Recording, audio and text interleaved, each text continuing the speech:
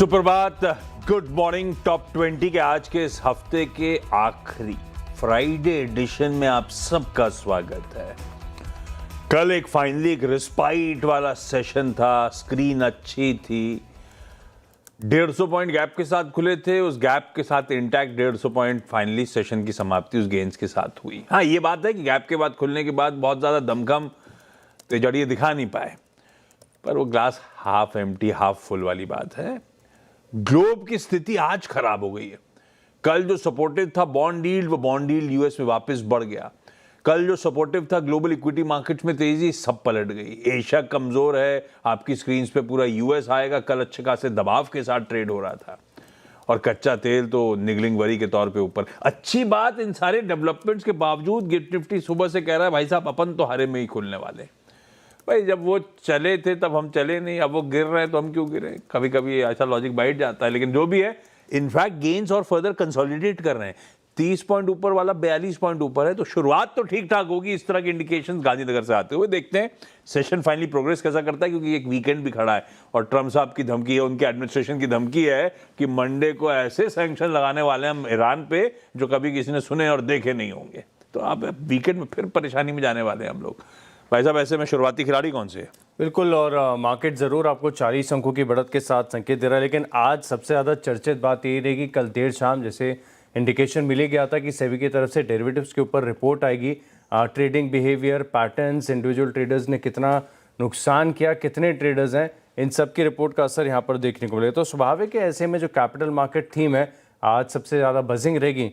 तो इसी के साथ मैं शुरुआत करूँगा और बीएसई इसे इन रेड लेके चल रहा हूँ। अब दरअसल आप देखें ना तो देखिए घाटा तो होता है हर बार की तरह। इस बार भी आप देखें तो काफ़ी सारे ऑलमोस्ट 10 में से 9 जो ट्रेडर्स होते हैं डेरिवेटिव्स के वो नुकसान करते हैं। और ख़ास बात है कि ऑप्शंस में अगर आप देखें ना तो और भी ख़राब आंकड़ा है, ज़्यादातर लोग जो है सिर्फ और सिर्फ नुकसान ही करते हैं। लेकिन ये पूरी कैपिटल मार्केट थीम के लिए एक बड़ी चिंता की बात यह है कि जो ट्रेडर्स का बेस है ना वो लगातार रिड्यूस होता जा रहा है। एक हाइप जो हमने कोविड के बाद से देखा था कि नए ट्रेडर्स आ रहे थे, ऑप्शंस ट्रेडिंग कर रहे थे, वीकली ऑप्शंस थी, वो तो देखिए इतनी सारी चीज़ें कर दी गवर्नमेंट की तरफ से। आप देखें तो सेबी की तरफ से रेगुलेटर ने जो लॉट साइजेस हैं उन्हें बढ़ा दिया, मार्जिन रिक्वायरमेंट बढ़ा दी गई, वीकली एक्सपायरी बंद कर दी, लेकिन घाटा कम नहीं हो रहा है। अब दिक्कत की बात यह है कि ट्रेडर्स का बेस पिछले 10 साल में पहली बार ऐसा हुआ है जहां पर आपको गिरावट देखने को मिली है। और जो एक्टिव इंडिविजुअल ट्रेडर्स हैं इनमें पिछले साल के मुकाबले 18% की गिरावट यहाँ पर देखने को मिली। और ख़ास बात आप देखें तो जो नए ट्रेडर्स जुड़ते हैं ना उनकी भी पेस अब बहुत धीमी होती जा रही है। तो ये अपने आप में पूरी कैपिटल मार्केट की जो थीम है इसके लिए एक थोड़ा सा चिंता का विषय है। स्टॉक्स काफ़ी ज़्यादा चल चुके हैं। बीएसई ये कल भी एक खबर के चलते गिरा था, आज फिर से इन रेड लेके चल रहा हूँ। दूसरा स्टॉक होगा एंजल वन, क्योंकि नुकसान लगातार होता जा रहा है। ऑप्शंस में रिटेल ट्रेडर्स पैसे गंवाते जा रहे हैं और जो नए ट्रेडर्स हैं इनकी संख्या कम हो रही है। ऐसे में जो ब्रोकरेज बिजनेस है ये ऑलरेडी काफ़ी सारे चैलेंजेस से गुजर रहा है। जैसे मिसाल के तौर पर आप देखें तो कम्पिटिटिव इंटेंसिटी काफ़ी ज़्यादा है। एंजल वन है, ग्रो है, जीरोदा है, बहुत बड़े बड़े प्लेयर्स हैं। इससे पहले आपको याद होगा कि कुछ समय पहले जो ट्रू टू लेबल नॉर्म्स हैं इन्हें अप्लाई कर दिया गया, तो ये जो ब्रोकरेजेस के पास एडवांटेज होता था वॉल्यूम्स का वो भी चला गया। तो ऐसे में एंजल वन यहाँ पर भी फोकस रखेगा, इसे भी इन रेड रख दिया। ओके अच्छा, अलग अलग खबरें थी तो उनसे जोड़ के स्टॉक्स। कल आया बाजार बंद होने के बाद शाम को दिल्ली का मास्टर प्लान, तो एनबीसीसी जहन में आया। दिल्ली का दिल्ली मास्टर प्लान 2047, एमपीडी 2047, जो एक मल्टी डिकेड ग्रोथ किस तरह से होगी अर्बन रियल एस्टेट में, अर्बन ट्रांजिट में, स्मार्ट टेक्नोलॉजी में, सिविल इंफ्रास्ट्रक्चर में, उसका प्लान रखा है सामने। 40 lakh additional homes, high rise slum rehabilitation PPP model के अंतर्गत, तमाम नोड्स और नरेला की मास्टर प्लानिंग, ये सब की हाइलाइट्स थी उस मास्टर प्लान के। अब वो एकलौती सरकारी कंपनी जहन में आती है जब भी दिल्ली में या फिर इस तरह के अनाउंसमेंट्स आते हैं जो कि अर्बन रीडेवलपमेंट और इंस्टीट्यूशनल इंफ्रास्ट्रक्चर के लिए जानी जाती है, वो है एनबीसीसी। मेरे ख्याल से परफेक्ट प्ले होगा जिस तरह से जो अनाउंसमेंट्स आए, even including Narela education hub जो 138 एकड़ में बनाया जा रहा है, वो लार्ज इंस्टीट्यूशनल कैंपसेस। मेरे ख्याल से एनबीसीसी उस मैसिव दिल्ली मास्टर प्लान के चलते आज फोकस में। आज सेंटिमेंट पॉजिटिव। अब पता नहीं कब ये सब डोल आउट हो रहा होंगे, किसको मिल रहे होंगे, एनबीसीसी में से कितने जुटा पा रहा होगा, वो सब अलग बात। पर ये आपका एड्रेसेबल मार्केट बढ़ रहा है, उसके लिए एनबीसीसी इन ग्रीन। AWL एग्री बिजनेस, दूसरी खबर देखी थी, FDA जो महाराष्ट्र का है, तुकाराम मुंडे साहब के अंदर छाया हुआ है, वो काम तो सही कर रहे हैं। अब आप कितने स्ट्रिक्ट, पर जरूरी है कई चीजें सुधारना।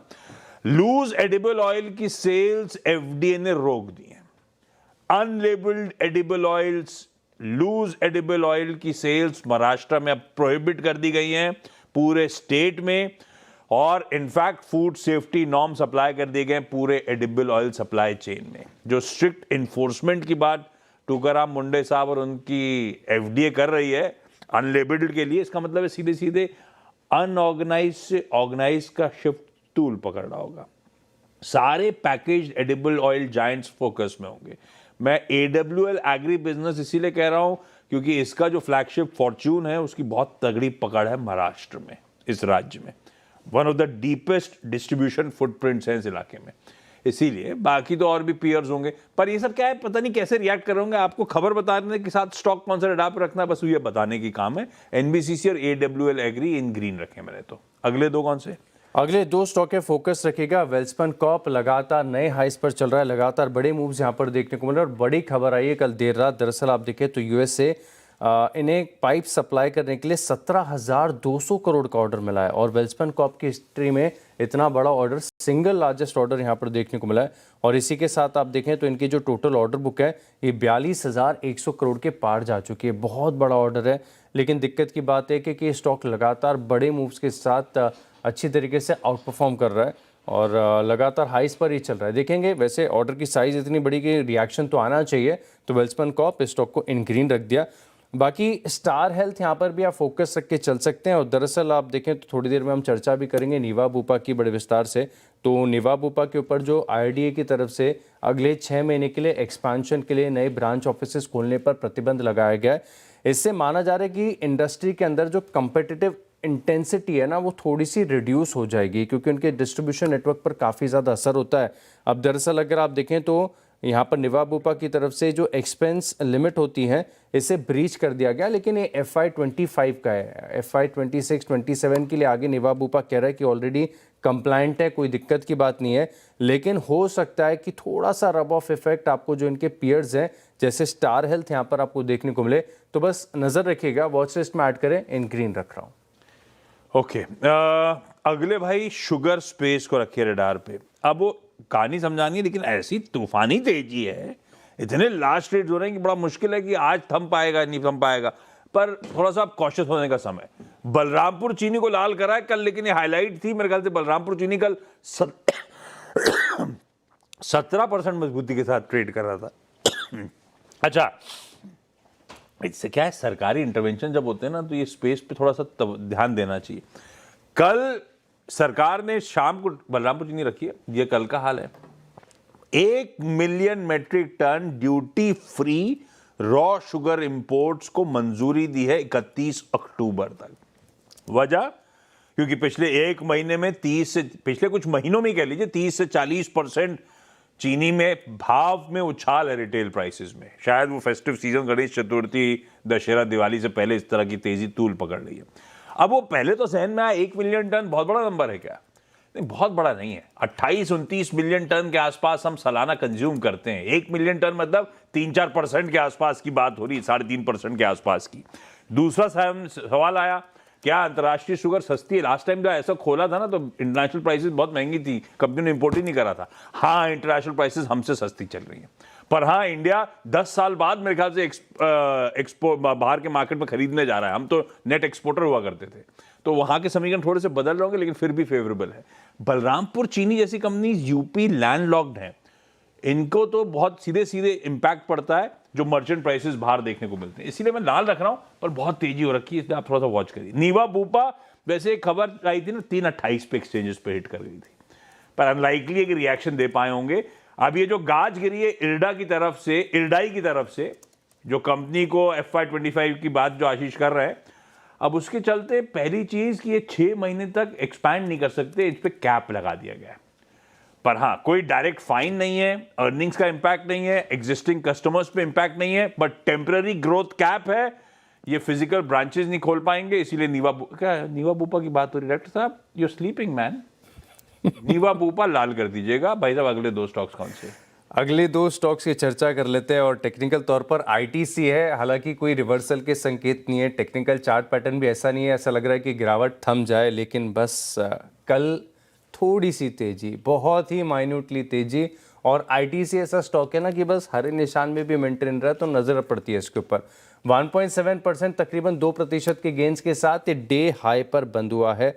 अब खास बात यह आती है कि आईटीसी के अंदर वैल्यू सबको ही नजर आती है। देखिए सिगरेट का बिजनेस है, थोड़ा सा स्ट्रेस से गुजर रहा है, लेकिन धीरे धीरे पास ऑन करेंगे, सब जानते हैं। FMCG vertical over the years बहुत अच्छी तरीके से ग्रो किया है, ग्रोथ बड़ी ज़बरदस्त यहाँ पर देखने को मिल रही है।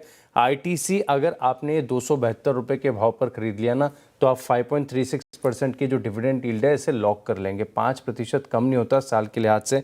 और मान लीजिए कि यहाँ से इनके सिगरेट के जो बिजनेस है, टैक्स हाइक का इंपैक्ट ये धीरे धीरे पास ऑन कर दें, स्टॉक थोड़ा सा चल जाए तो और बेहतर हो सकता है। तो आईटीसी यहाँ पर आप फोकस रखिएगा। इन ग्रीन लेके चल रहा हूँ, लेकिन अगेन पेशेंस वाला स्टॉक है, इसमें कुछ भी ओवरनाइट नहीं होना।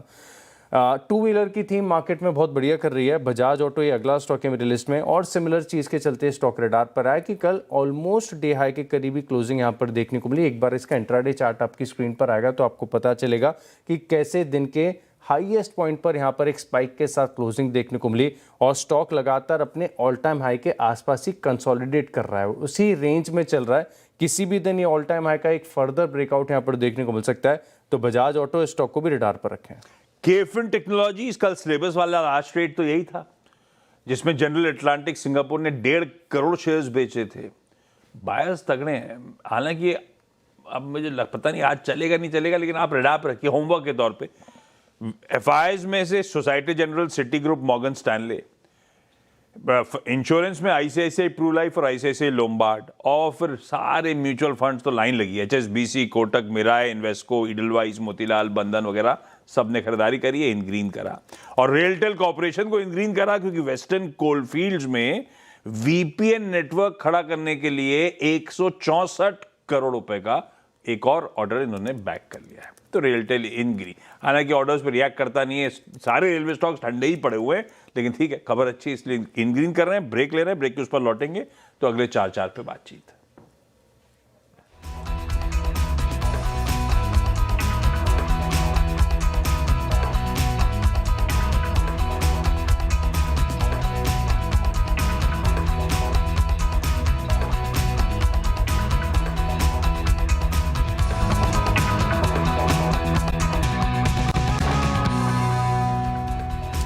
चलिए ब्रेक के बाद आपका स्वागत है और अगले 4 स्टॉक्स की बात कर ली जाए। अगला स्टॉक है मेरी लिस्ट में विंडलास बायोटेक। यहाँ पर आप फोकस रखिएगा और टेक्निकल तौर पर ये स्टॉक रडार पर आया। लगातार एक कंसोलिडेशन, एक अक्यूमुलेशन यहाँ पर चार्ट पर विजिबल है, और कल तकरीबन 2.5% की तेजी भी देखने को मिली थी। थोड़ा सा और चल जाएगा ना तो ये ब्रेकआउट जोन के करीब आ जाएगा। तो टेक्निकल्स इसके काफ़ी बढ़िया लग रहे हैं, तो विंडलास बायोटेक यहाँ पर फोकस रखिए, इन ग्रीन रख दिया। अगला स्टॉक है हिंदुस्तान जिंक। यहाँ पर भी आप नजर रख के चल सकते हैं, और एचएसबीसी की तरफ से आज काफ़ी बढ़िया रिपोर्ट है। हिंदुस्तान जिंक वैसे चल नहीं रहा है, जब चांदी में थोड़ी बहुत रिलीफ रैली भी आ जाती है, ऑफलोज की रिकवरी भी आती है, तो हिंदुस्तान जिंक की तेज़ी टिक नहीं पाती। हालांकि ये बात सही है, कल तकरीबन 3% की तेज़ी थी। एचएसबीसी की रिपोर्ट में अक्यूमुलेट की रेटिंग के साथ 770 रुपये के करीब का टारगेट दिया गया, और ये बता रहे हैं कि देखिए सिल्वर में तो थोड़ी सी तेज़ी आ ही रही है, लेकिन साथ में आप देखें ना तो जिंक की कीमतों में भी बढ़त यहाँ पर एलएमई में आपको देखने को मिल रही है। और ये बता रहे कि जो इनके कंसेंसस हैं, इनका एक अपसाइड रिस्क है, यानी जो टारगेट 770 का है, हो सकता है कि इससे पार भी चला जाए, ऐसी पोटेंशियल यहाँ पर स्टॉक में देखने को मिल रही है। और भी बहुत सारे कारण हैं। हालांकि एक चीज़ और इन्होंने फैक्टर करके बताई है कि हो सकता है कि अगर सिल्वर यहाँ से लुढ़क जाए या फिर सरकार अपनी हिस्सेदारी ओएफएस के माध्यम से बेचने के लिए तैयारी करे, तो ये एक थोड़ा सा ओवरहैंग के टाइप का हो सकता है। इसके लिए शायद हिंदुस्तान जिंक का मूव रिस्ट्रिक्टेड है, लेकिन बाकी के सारे फैक्टर्स बता रहे हैं कि स्टॉक में पोटेंशियल है, उसी के चलते हिंदुस्तान जिंक इसको भी रखा है इन ग्रीन। अच्छा, एक नतीजा आना था कल, वो कलर शेड देना बड़ा मुश्किल हो रहा था। नतीजे लार्जली हैं अच्छे, पर उसमें मार्जिन्स पे थोड़ा प्रेशर है।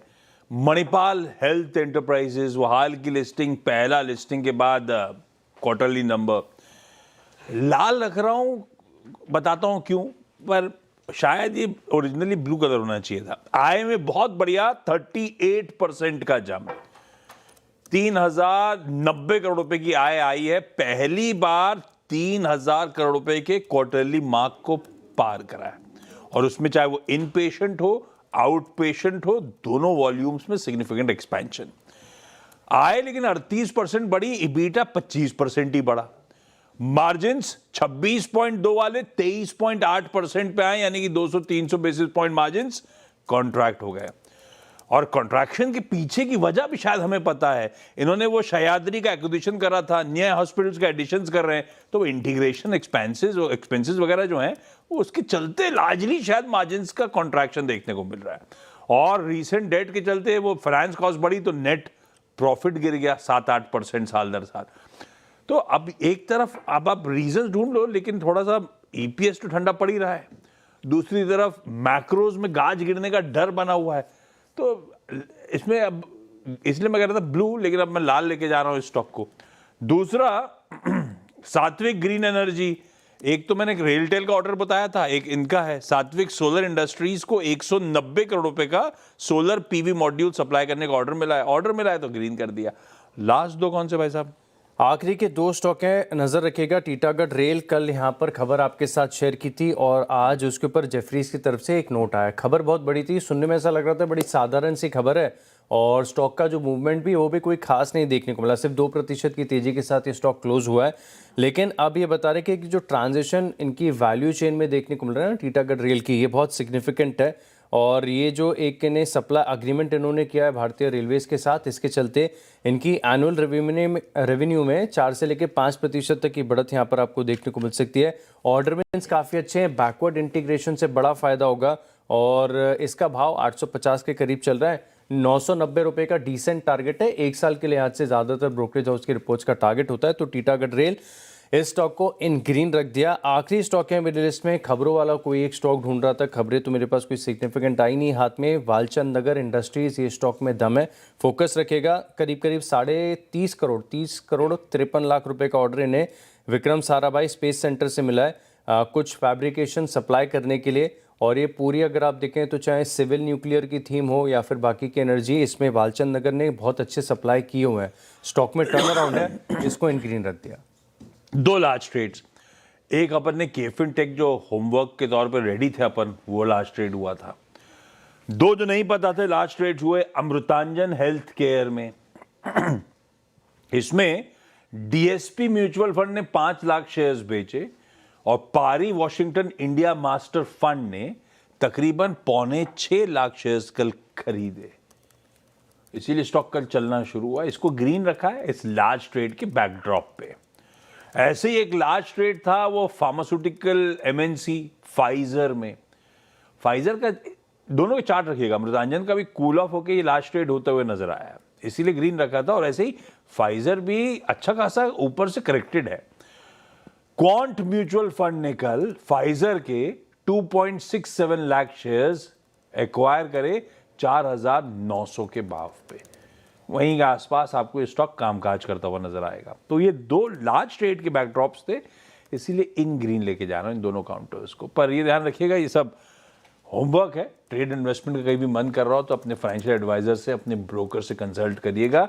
हम यहाँ पे एक छोटा सा ब्रेक ले लेते हैं। ब्रेक के उस पर जब लौट के आएंगे तो जो 20 स्टॉक्स मेंशन कर रहे थे उनका एक क्विक रैप अप।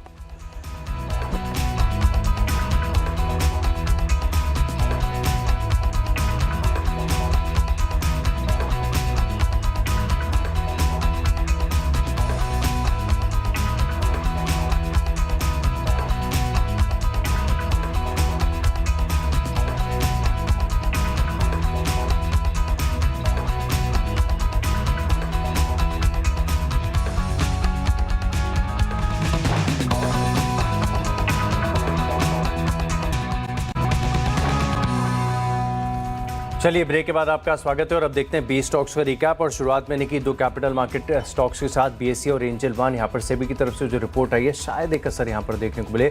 बाकी वेल्सपन कॉर्प को अब तक के इतिहास में सबसे बड़ा ऑर्डर मिला है। स्टार हेल्थ यहाँ पर फोकस रखेगा। आईटीसी 5.3% की डिविडेंड यील्ड है। Bajaj auto all time high के आसपास से यहाँ पर कंसोलिडेशन देखने को मिला है। बाकी हिंदुस्तान जिंक है, टीटागढ़ रेल और वालचंद नगर इंडस्ट्रीज, इन स्टॉक को भी लिस्ट में शामिल करें। बिल्कुल ठीक, 10 और जोड़ दीजिए भाई। सब हरे नहीं है लेकिन ठीक है, खबरें सामने रख दी, क्यों लाल रखा है।